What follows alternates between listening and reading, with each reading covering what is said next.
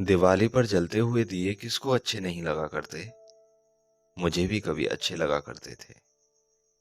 आज सुबह जब मैं घर की साफ सफाई करने के दौरान एक पुरानी तस्वीर मेरी आंखों के सामने आ गई।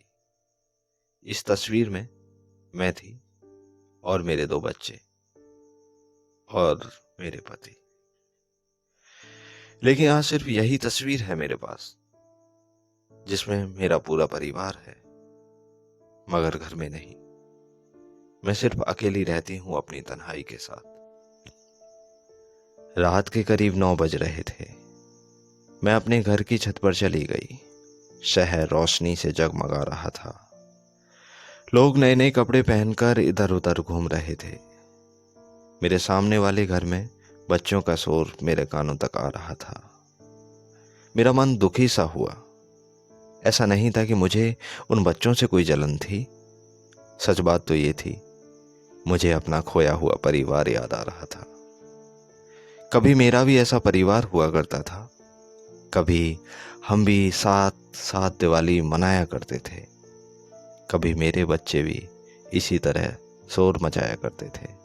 लेकिन आज सिर्फ मैं अकेली हूँ, अपनी तन्हाई के साथ। मैं ऊपर से दौड़कर नीचे अपने कमरे में आ गई।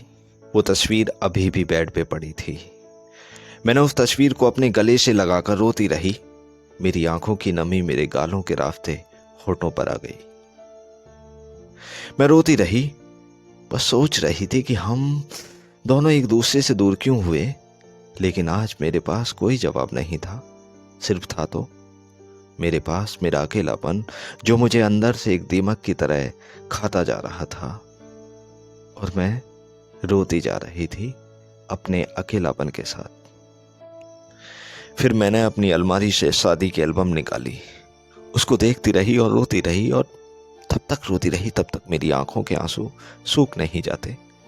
शादी पर निभाई गई रस्में, रिवाजें और वादे मुझे याद आ रहे थे। मैंने रोते रोते अपनी बच्चों के पास कॉल लगाई, और कॉल मेरे पति ने उठाई। और मैंने कहा, तुम ठीक तो हो ना? और बच्चे?